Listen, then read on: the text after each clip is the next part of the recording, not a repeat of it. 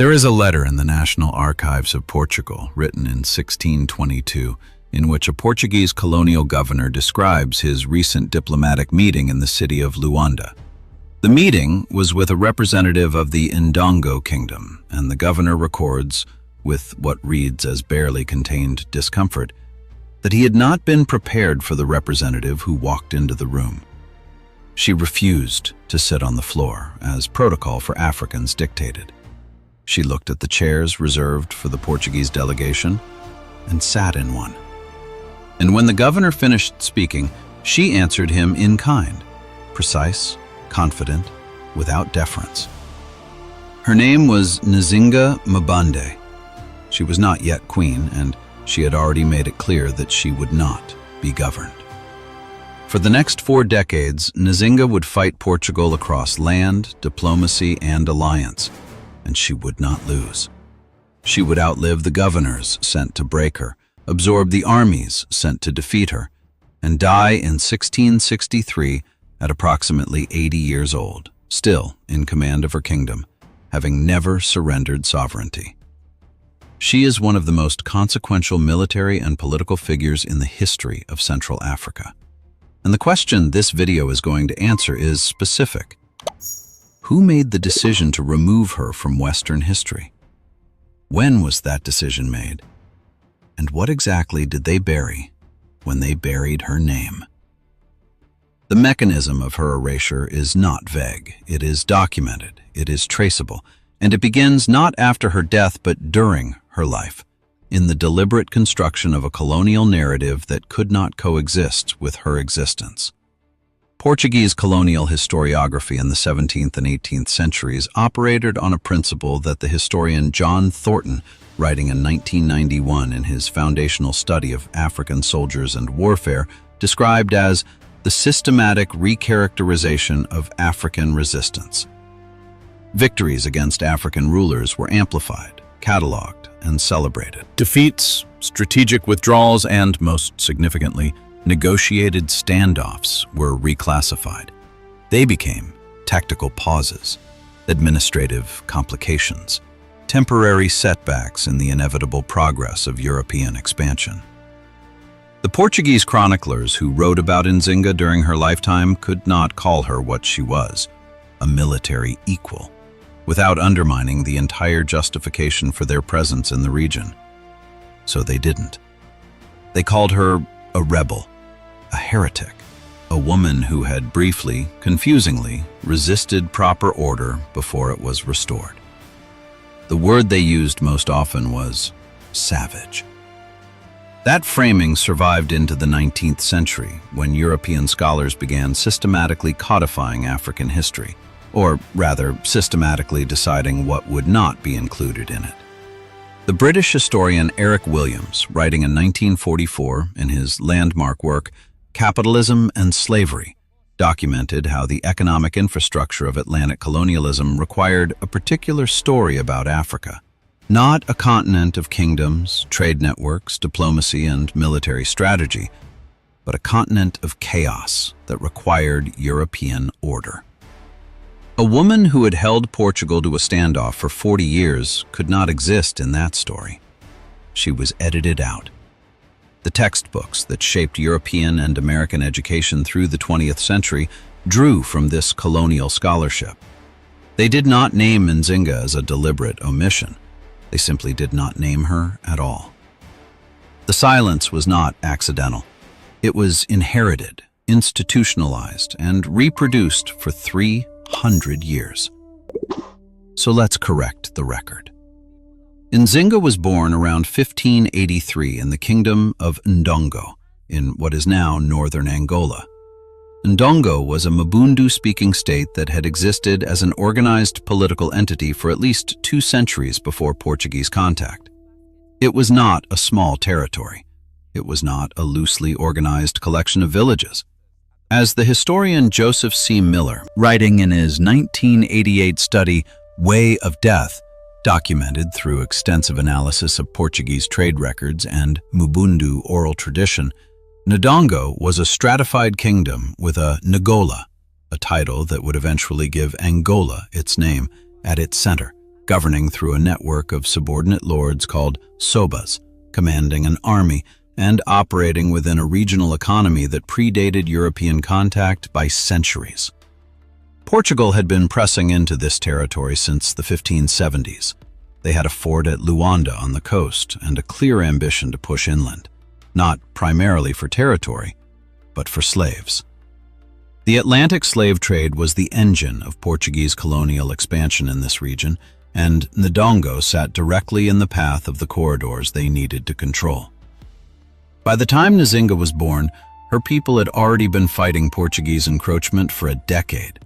Her father, the Ngola Kiluwanji, trained her alongside his sons. This was unusual but not unprecedented. Mabundu royal households sometimes prepared daughters for political roles when circumstances demanded it, and Kiluwanji appears to have recognized in Nzinga a political intelligence that he deliberately cultivated. She learned military strategy, statecraft, and languages, including Portuguese, which she would later use as a weapon in ways no one in Lisbon anticipated. When her brother Ngola Mbande took the throne after their father's death around 1617, the situation with Portugal had deteriorated sharply. The Portuguese governor, João Correia de Sousa, had launched an aggressive military campaign into Ndongo, burning villages, capturing sobas, and pushing the population toward the coast in a strategy designed to destabilize the kingdom from within. Ngola Mbande was struggling. He needed a diplomatic solution, and he knew who to send. Picture Luanda in 1622.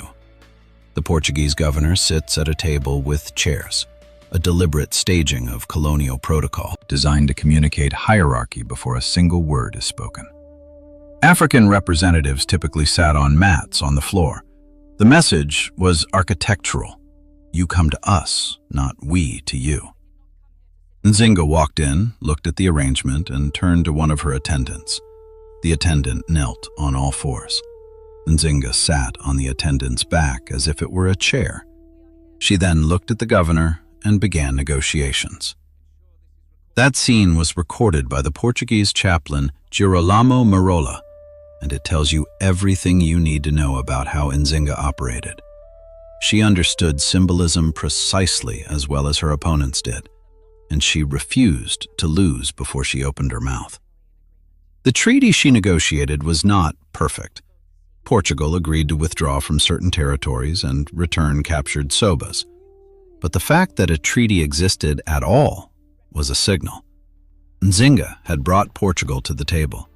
She had extracted concessions. She converted to Christianity during the negotiations, taking the baptismal name Ana de Sousa, a move that was almost certainly strategic. It gave her standing in European diplomatic correspondence that she would exploit for decades. But Portugal did not keep the treaty. They rarely did.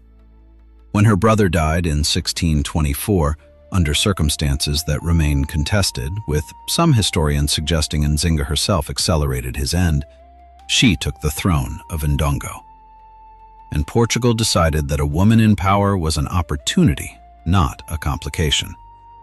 They would simply replace her with a compliant male Ngola, a man named Haria Kiluwanji, who would govern as a Portuguese client, and the problem would resolve itself.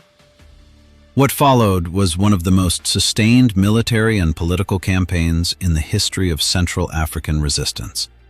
Nzinga refused to leave. She moved her base of operations east into the territories of the Matamba Kingdom, whose queen she would depose and replace, adding a second throne to her name. From Matamba, she rebuilt her military forces using a strategy that the historian Linda Haywood, in her 2017 biography, Nzinga of Angola, Africa's Warrior Queen, identifies as one of the most tactically sophisticated approaches to anti-colonial resistance in the 17th century African record. She incorporated the Jaga, mobile warrior bands that moved through the region, into her forces, transforming them from raiders into a disciplined army. She recruited escaped slaves and Portuguese-trained African soldiers, men who knew European military tactics from the inside and could use that knowledge against their former commanders. She built an intelligence network that tracked Portuguese troop movements across hundreds of miles of territory. And she looked for allies, not just locally, globally. In 1641, the Dutch West India Company seized Luanda from Portugal. For Nzinga, this was a geopolitical opening. She immediately dispatched ambassadors to the Dutch command and proposed a military alliance. The Dutch would supply weapons and naval support. She would coordinate land operations against Portuguese positions throughout the interior. The Dutch agreed. What followed was a joint campaign that pushed Portuguese forces out of significant portions of their Angolan territory for the better part of a decade. Nzinga was conducting international military diplomacy at the same moment that European powers were drawing the lines of Westphalian sovereignty. She understood the logic of alliance politics as well as any European monarch of her era, and she used it. She won battles. She didn't just resist, she won. The historian John Thornton, who has done more than perhaps any other modern scholar to recover the military record of this period, documented in a 1991 paper in the Journal of African History that Nzinga's forces defeated Portuguese field armies on multiple occasions. Not guerrilla skirmishes, but organized engagements in which her strategic positioning and use of terrain neutralized Portuguese firepower. Thornton notes that Portuguese military correspondence from this period consistently underestimates her forces before engagements and dramatically revises those estimates afterward. The gap between the prediction and the outcome is itself a document of how thoroughly Portuguese commanders refused to take her seriously, until the moment they were retreating. What strikes me about this record is not simply that she was effective, it's that the effectiveness was systematic. She was not winning by accident. She was winning because she had built a military institution, trained it, equipped it, and commanded it with a strategic intelligence that Portuguese governors could not match in the field. That is not a portrait of a rebellion. It is a portrait of a state at war. And yet, the Dutch were eventually bought off. In 1648, a Portuguese fleet retook Luanda, and the Dutch withdrew from their Angolan commitments as part of broader European diplomatic negotiations in which Nzinga's alliance was simply not a factor anyone at the table cared to consider. She was not consulted. She was not compensated. She was abandoned by an ally who had found a better deal in Europe. And Portugal pushed back into the interior with renewed aggression. But the story does not end there, because what happened next reveals something about Nzinga that the military record alone cannot capture. By 1648, Nzinga was in her mid-60s. She had been fighting Portugal for nearly 30 years. Her military position had weakened. Her Dutch alliance was gone. The Portuguese commander, Francisco de Tavora, was making significant gains into Matamba territory. By any conventional analysis, this was the moment for Portugal to deliver the final blow, install their client Ngola in Ndongo, and close the chapter. It didn't happen. And the reason it didn't happen is that Nzinga was as dangerous at the negotiating table as she was in the field. She initiated contact with the Capuchin missionaries who had been operating in the region. She had maintained complex relationships with the Catholic Church throughout her career, converting and reconverting as diplomatic circumstances shifted. Through the missionaries, she opened a channel to the Portuguese government, not in Luanda, but in Lisbon. She bypassed the colonial administrators who wanted to destroy her and appealed directly to the metropolitan government that was watching the costs of this war add up for decades. She offered a settlement, a formal peace, the return of some Portuguese prisoners, and recognition of Matamba's sovereignty. In exchange, she would acknowledge a loose Portuguese suzerainty, in name, not in practice. Lisbon accepted. In 1656, at approximately 73 years old, Nzinga signed a peace treaty with Portugal that preserved the independence of Matamba. The Portuguese colonial administrators in Luanda were furious. They had been fighting this woman for 30 years, and Lisbon had just told them to stop. The treaty guaranteed Matamba's sovereignty, It banned the slave trade through Matamba's territory. It was everything a complete Portuguese victory was supposed to prevent. She had negotiated her own victory out of what should have been her defeat. Picture Matamba in the final years of her reign. She is in her late 70s. She has converted back to Christianity, genuinely this time, historians believe, or as genuinely as she did anything politically. She is hosting Capuchin missionaries, funding the construction of a church, corresponding with the Pope.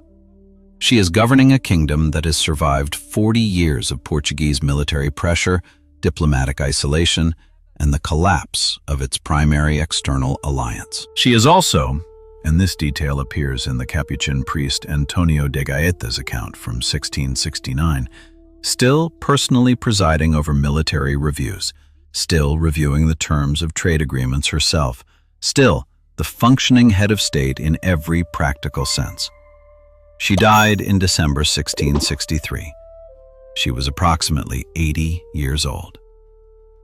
Matamba did not fall to Portugal until 1744.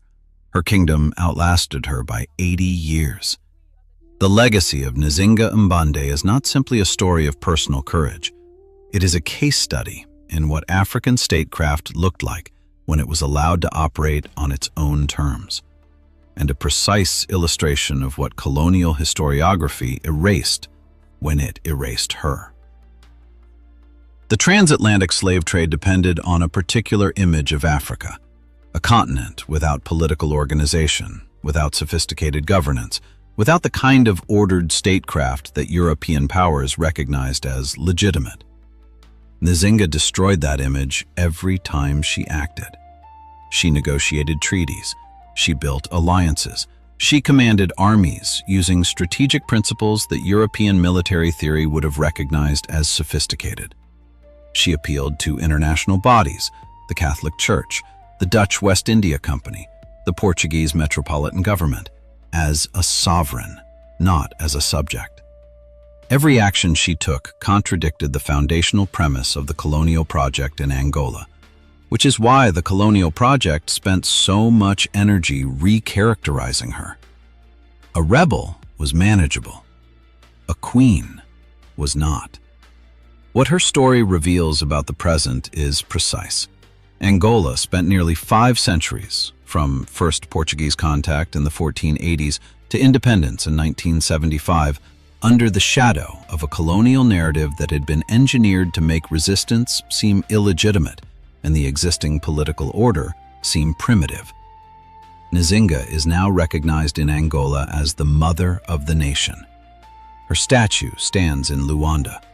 Her face has appeared on currency, but the recovery of her record in Western historiography has been slow, partial, and recent, driven largely by scholars like Linda Haywood and John Thornton, working against a tide of academic inertia that still treats Central African history as a secondary field. The primary sources have existed the whole time. The Portuguese records are in Lisbon. The Capuchin missionary accounts are in Rome. The problem was never a shortage of evidence. The problem was a shortage of willingness to look. The historian Linda Haywood, who spent decades reconstructing Nzinga's biography from Portuguese, Italian, and Dutch archives, noted in a 2017 interview that the most striking aspect of the historical record is not what is missing, but what is present and ignored. The documentation of Nzinga's military campaigns, her diplomatic correspondence, her treaty negotiations, it was always there. European scholars simply chose not to follow the thread. That choice was not random. It was consistent with every other choice made by a Western historiography that had decided in advance what Africa could and could not have produced. She was erased not because the records were burned. She was erased because someone read the records and decided the world didn't need to know. For the past 400 years, the history of the Atlantic world has been told from the perspective of the ships that crossed it. The perspective of the kingdoms that resisted, negotiated, and survived that crossing has been classified as regional, secondary, and marginal, of interest to specialists, not to the general educated reader. Nzinga is what happens when you look from the other shore. The view is different. The power dynamics are different. The question of who was sophisticated and who was not resolves very differently when you read the full record. If this video told you something you were never taught, and it should have, the question I want you to sit with is this: what else was edited out? Because Nzinga is not an exception. She is a pattern of erasure that runs through every civilization, every ruler, every war that didn't fit the story colonial historiography needed to tell. Leave your answer in the comments. Tell me what you already knew and what landed differently today. If you want to know what else this channel is going to correct, subscribe now, because every video we make is built from primary sources, and we are just getting started. She held off an empire for 40 years, negotiated her own peace on her own terms, and died free. The next video is about the warrior who defied Julius Caesar. Her name was Candice.